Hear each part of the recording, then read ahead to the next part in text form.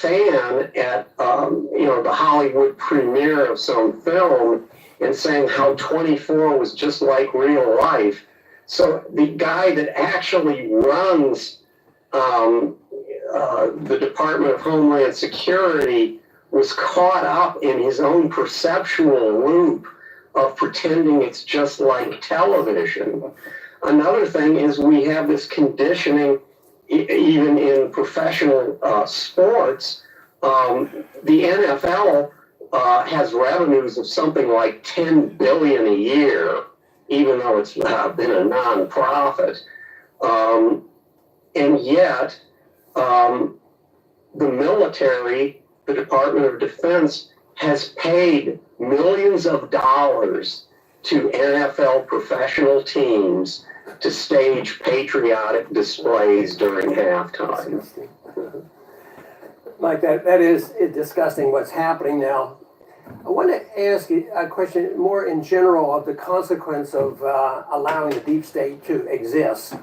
Because right now it looks like it's pretty powerful in their control, and the political parties mean nothing, and you pointed that out, and there's so much control. But it seems to me like there are quite a few different elements involved here. One, you mentioned the Constitution and how they act outside the Constitution, so the issue of liberty is there. The issue of finance is there. Money keeps getting spent and it's going to special interests, and the country's getting poorer. We end up going to war in an unconstitutional fashion. Now, I'm looking for the wake-up call for the American people. And do you think there can be a wake-up call where they'll finally wake up and say, we can't do it because the current system can't continue? I don't believe it can continue for a lot of reasons. One will be the finances and other things, and people get disgusted. Do you sort of anticipate that there will be a wake-up call? Or do you think we're at the early stages of that, where people are going to speak out and say enough is enough and we need to change things? Well, 6 months ago, as I was finishing up this book, I would not have anticipated some of the events we've seen now. What I'm about to say does not constitute either an endorsement or a critique of the policies of the people involved. But I will say, on the one hand, you've got Donald Trump and you've got Bernie Sanders, and their business models for campaigning, for raising money, the themes they operate off are scaring the daylights out of the party oligarchs. Because on one hand, you have Donald Trump, in his own extremely modest estimation, richer than God, saying he doesn't need money from a portion of the voters. These are people who maybe cannot connect the dots. They don't really have much knowledge of what's going on because commercial media make sure they don't know about it. They make sure they know about Kim Kardashian, but they know something's going wrong in the country. And Trump's extremely blunt appeal kind of appeals to them. Yeah. Sanders, on the other hand, is railing against the oligarchy of Wall Street, and he's got like 1 million plus contributors, and it's small amounts of money, less than $30.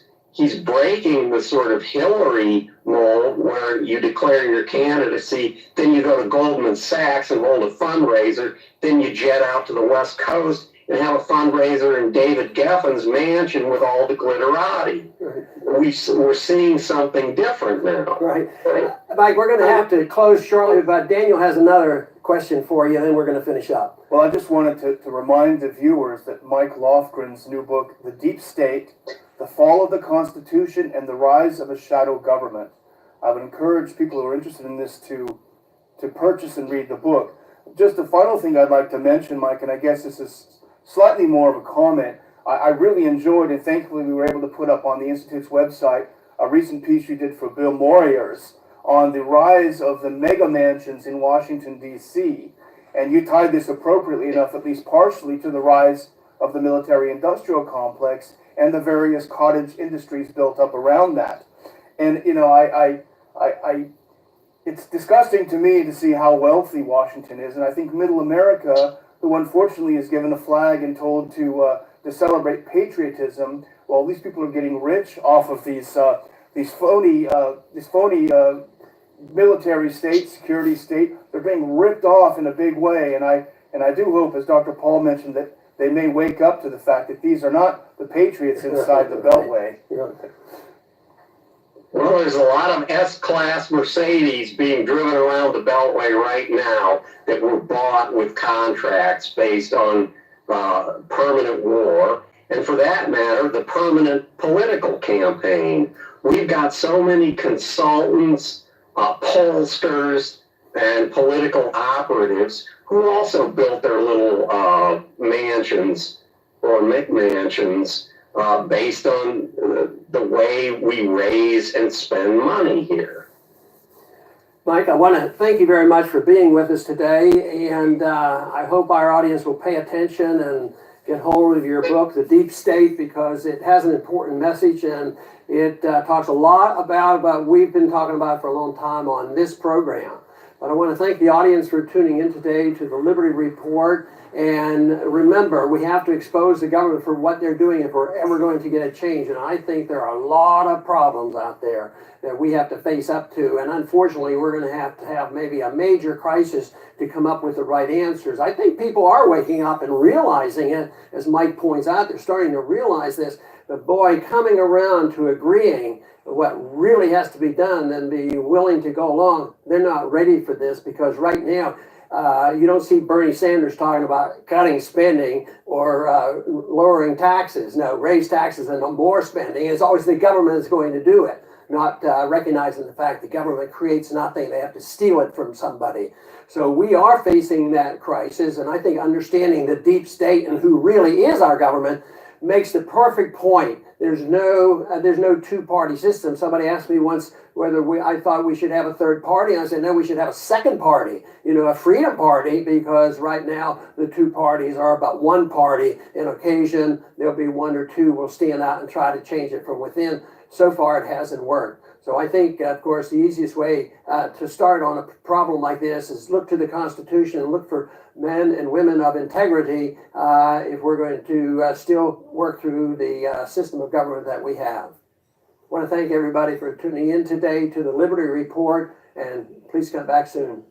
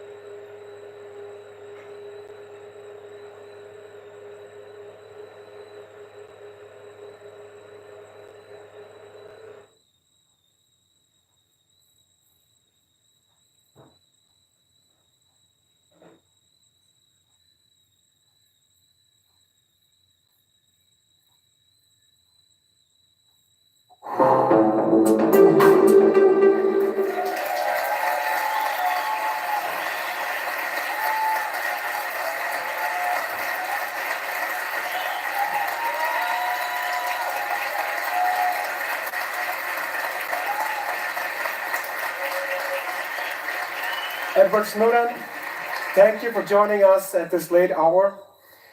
And I want to start with you with some history of intelligence agencies and well-known operations that received less attention, but nevertheless became scandalous back in the day. So COINTELPRO by the FBI, Chaos by the CIA, Operation Mockingbird, MK Ultra, and many others.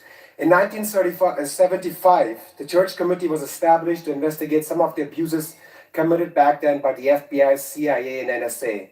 Could you give us some background on the surveillance state, these programs, and even some examples where perhaps these agencies and their operations made some positive contributions?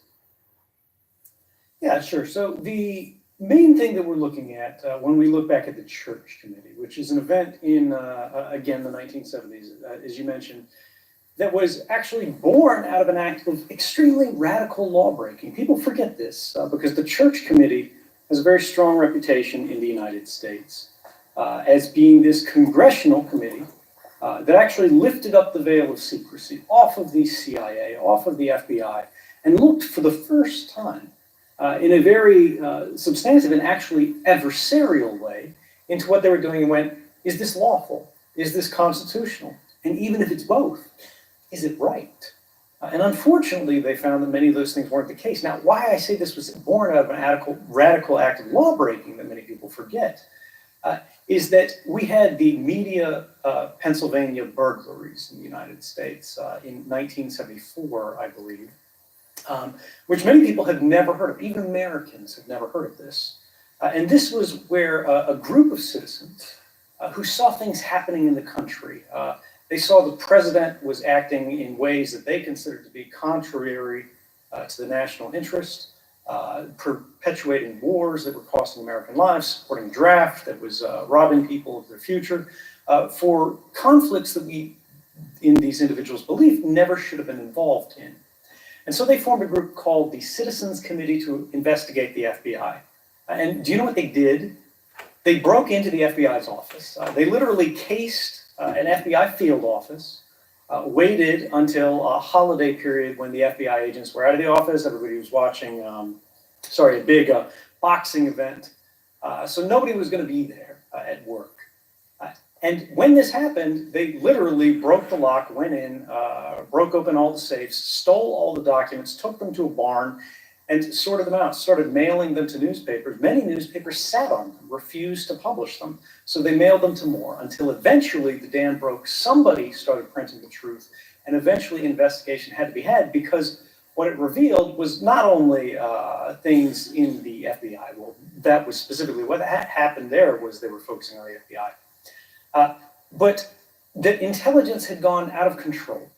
Whether it was our internal intelligence services in the United States, this is the FBI, the external intelligence services that spy on people who are sitting in the room there with you, the CIA, the NSA, they were doing what they thought had political benefits, even if it was contrary to our national identity. Now, what do I mean by this? They argue that they were acting in the defense of national security, as we always hear.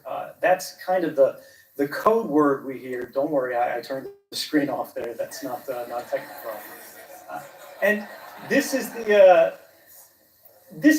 lead-in. The FBI argued, look, they were monitoring radical clerics inside the United States who they considered to be in contact. They said they suspected them to be in contact with foreign agents. They didn't have any proof of this, but they said, look, maybe it's happening. The Attorney General saw this case and said, all right, we want to do this. I'll sign off on it personally. I'll put my reputation at risk. Such is the danger that this individual presents. Even though they're an American citizen, they authorized placing this individual on a watch list in the event that there was some kind of national emergency, some kind of protest movement that really, really started to, shall they say, destabilize the government. They'll bundle this guy off into camps. And of everybody that the FBI was tracking, everybody who's sort of the danger to the American government, from their perspective, they said this man was the most dangerous, and this is quoting their words, from the standpoint of national security. For people in the audience who may not be familiar with who that is, that was the most famous civil rights leader in the... Yep, I hope I was able to make a point. People don't want to hear stuff about this. They just want to wake up in the morning, not worry about anything in life, and just keep on pushing. I don't get down like that. I need to know what's going on. I turned a friend on to some real knowledge, and he was like, I don't have time for conspiracy theories. I'm like, that's crazy. You know why? Because it was coming from me. If it had been coming from somebody of, I would say, of his ilk, he probably went like, oh, that's real. But because it was coming from me, it was conspiracy theories, because everybody think because I think outside the box, I'm a conspiracy theorist. Well, let me tell you what. The conspiracy is, this Mamluk smells good. I got to go. I'm running late. Holla at your boy. RaJuR will be cool. I'm out. Going to have Xerjoff week.